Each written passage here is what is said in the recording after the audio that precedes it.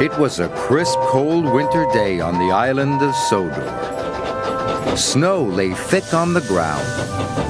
The engines were working extra hard. James was pulling the slow goods train. He had stopped at a signal. Percy pulled up alongside carrying the mail.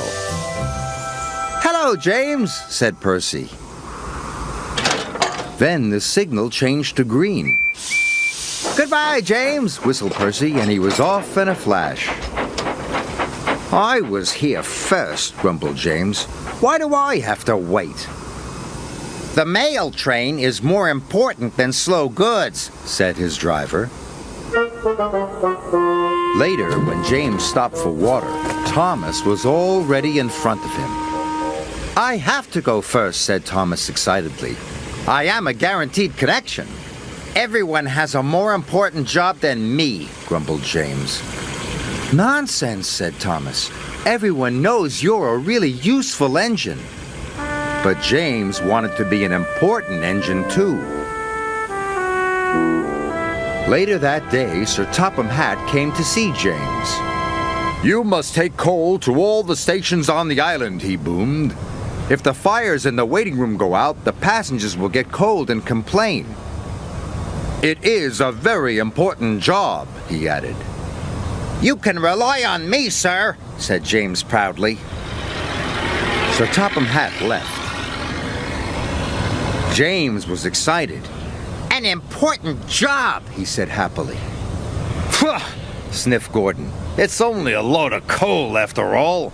"Nonsense," snorted James. "I am going to keep the passengers warm. What could be more important than that?" And he wheeled over to the water tower.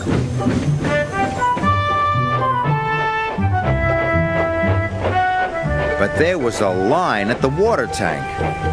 "Come on," he steamed impatiently. "I have an important job to do." "Wait your turn, bossy boiler," said Thomas. James felt too important to wait, so he didn't. James rushed to the coaling station. He met Edward waiting at a junction. Edward was looking bothered. He had too many jobs and he was feeling puffed out. "Can you take these slate cars to the quarry?" Edward asked. "Sorry, Edward, but I can't," puffed James. "I've got the most important job on the island." And he chuffed grandly away.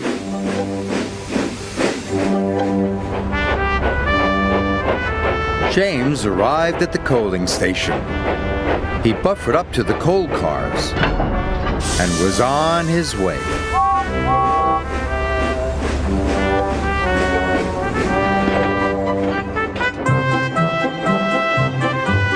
James was looking forward to delivering his coal.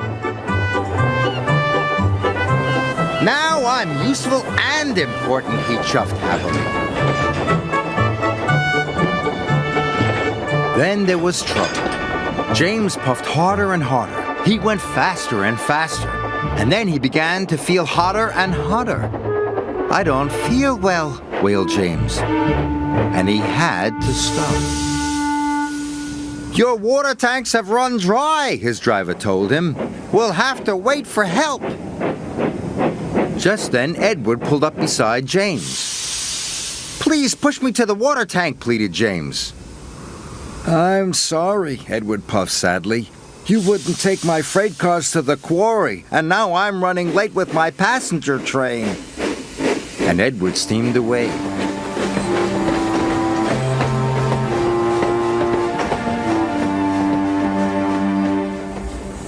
Edward stopped and told the signalman all about James. The signalman telephoned for help, and soon Salty was on his way. He pulled up alongside James. "Why didn't you fill up with water this morning, matey?" James told him about the line at the water tank. "I've heard you were too busy to help Edward too," said Salty. "I was in a hurry," protested James. "Mine is the most important job on the island." "No job is more important than helping another engine," said Salty firmly. And deep down in his boiler, James knew Salty was right. Thanks to Salty, James's water tank was soon filled and he was well on his way. He knew he had to make up for lost time. Then James saw Diesel up ahead. He had broken down and looked unhappy. James wanted to tease him, but then he remembered what Salty had said. "No job is more important than helping another engine," he said to himself. "And even Diesel is an engine." "Come on, Diesel. I'll push you back to the sheds."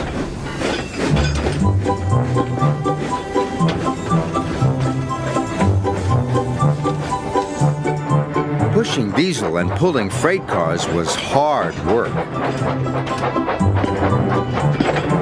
At last, James got Diesel to the repair yard, but he still had to deliver his coal.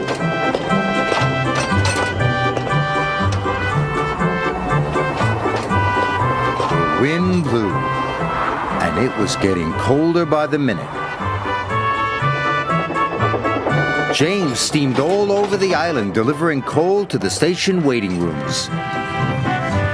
Everyone was pleased to see James. Thanks to him, they were all kept toasty warm. The next morning, Sir Topham Hatt came to see James. He knew all about him running out of water and his not helping with Edward's trucks. "I'm sorry, sir," said James. "I put my own job first." "But you did learn your lesson and you helped Diesel," Sir Topham Hatt boomed cheerfully. "And you delivered your coal on time. You, James, are a really useful engine." James nearly burst with pride. "Thank you, sir," he said. Being really useful was better than feeling important.